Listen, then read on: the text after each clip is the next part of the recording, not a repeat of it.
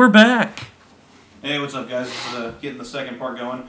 We assembled the hookah all the way. We put a little bit of crushed ice up in the top. A lot of people are saying, how do I make crushed ice if I don't have the ice thingy on the front of my refrigerator? Simple. You do what we did. You got a plastic Ziploc baggie and a hammer, and you go to town. But that's how we filled up the crushed ice chamber for this. But I just wanted to take a second. Tony's just going to show off for a second. Yeah, see?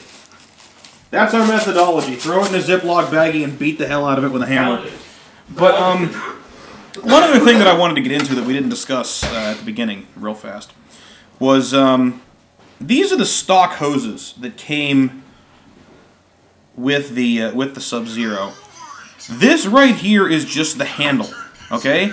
Now, I'm not big on stock hoses. Ordinarily, one of the first upgrades I recommend to people, outside of maybe getting a newer bowl, is to get some newer hoses to go with it as well. But these are actually really nice. I mean, look at the handle on this sucker.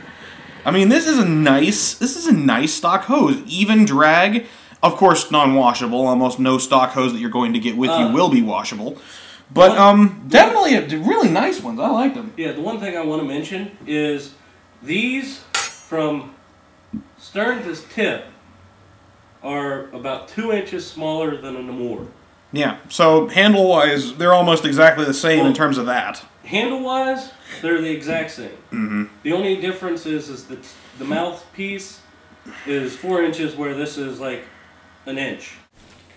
Hi, this is Silencer, and that over this Cryptic Mac. Hello! We're adding this right in the middle of our description of the new hookah because we realized we kind of goofed up after the fact. You just got done watching the section where we talked about these glorious, awesome hoses and how they're so sweet for being stock and default equipment. Yeah. Yeah, no, that's Jonathan Loves Us. There's a difference.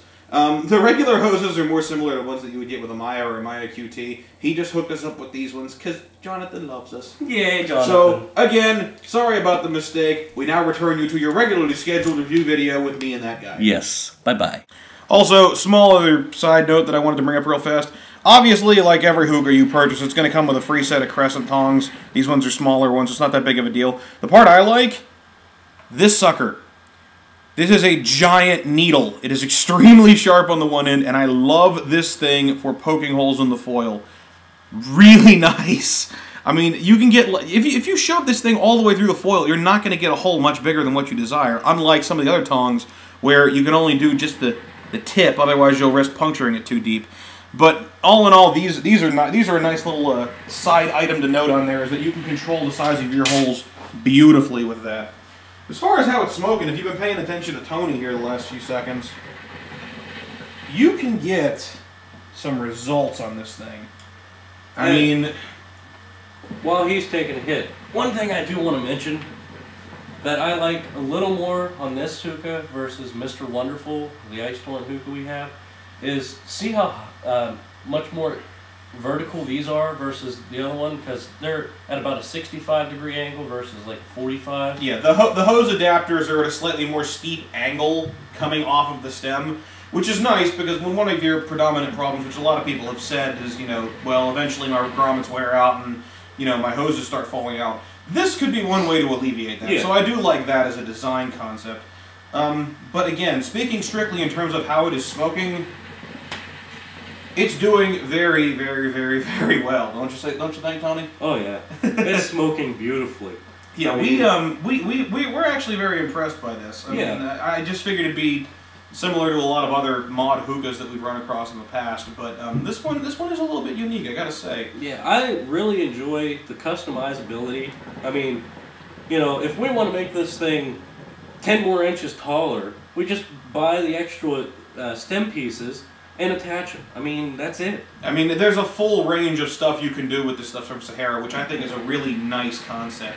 And just on a side note, I know there's at least 2 or 3 people out there that are very serious about it who are going to be a little bit skeptical about how, you know, how a Sahara would smoke versus a Maya, a KM, an MZ, oh God. Okay, here's the thing. You guys do realize that at the end of the day, a hookah is a hookah, right? I mean, at the end of the day, if you learn how to manipulate one of these properly and you get your heat management down and your foil skills, maybe do ice, do whatever it is you like to do to it, vortex bowls, whatever, and more hoses, at the end of the day, your ability to control your hookah is what's going to determine how well it smokes. So yes, Mayas and KMs and Syrian chillers and all this jazz, they are good hookahs. The only difference between those and some of the brands like Sahara, for instance, is recognition. You know, people hear KM and they orgasm all over themselves thinking, oh god, I gotta get one of these, otherwise my experience won't be the same. No! There are a lot of hookahs that are created very much equally, and I really think that this brand name deserves a little more credit. You know, I mean, they're one of the stronger ones out there, and look, you know, we get stuff, you can get stuff out of a Maya that looks like that, but you can get it out of this just as well. You know, so I mean, yes, name brand can be important depending on what you're looking at, but realistically speaking, it's just turning into a selling point.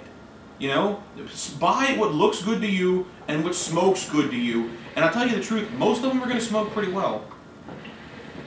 Yeah, as you can see, you couldn't see me. I'm wearing a black shirt, Do You Hookah shirt that you see in our pictures. But yeah, it's, again, this is a really strong recommendation. I really enjoy this hookah. Only drawback, as we mentioned previously, is that the water level is a little difficult to see. So I would recommend, you know, trying to find a way to determine where the exact mark is, and then maybe doing a small mark with a permanent marker to it, so that you know, okay, up to here, and then just sort of feel where it's landing at. It's a little tricky, I'll say that, but the crushed ice chamber is a delightful invention. It cools things down way fast. The fact that it's totally customizable, the fact that it comes with these badass hoses, and... oh yes, the badass bag. Our super awesome Sahara smoke carrying case. Haha. Which is awesome because if you really look at this thing dimensionally speaking, you can fit like 2 or 3 hookahs in here easily, as long as you keep them separated enough, and totally transport more than one in that bag. It's huge. Yeah. But all in all, if we are going to go with a rating on this, again, the only drawback being the problem seeing through the base and determining where your water level is. And the drinking the water when you test. Which happened to Tony about 3 or 4 times. The one thing I do want to say is we're going to try to get a different downstem, and we'll make a revision video on if that helped any, which I'm going to presume that it'll probably help it greatly. Yeah, just adding a little bit of length to it couldn't hurt. But again, we'll let you know how that one turns out. As far as this is concerned, this Subzero out of the box, with no other modifications other than putting a vortex bowl on the sucker, with nothing else except for that, smoking wonderfully. Yeah, I mean, I got a 9.5. That's it's way up there. It is one of the nicer ones I've used. It's easy to clean. It's a delightful little smoker, and I really think you'll enjoy it. Grab the cleaning brush real quick. This is one of the cleaning brushes that came with it. I mean, this fucker's like that long. It has the huge stiff bristles. Yeah, we got like 2 of these. Look at that sucker. That is a giant cleaning rod. But again, it comes with all of the nicest accessories. It's a really solid buy. Plus, Jonathan's running specials at Sahara Smoke like every other day.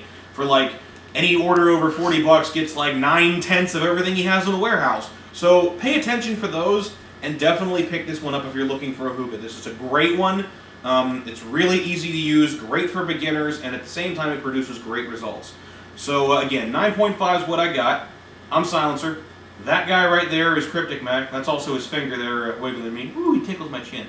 But we'll catch you guys on the flip side. Stay tuned. We have more reviews coming. By the way, as a closing note, he has been dubbed Peppermint Larry. That is what we're going to call this one. So stay tuned for more videos of us, and feel free to check us out on hookahdomain.com. Take it easy. Later, guys.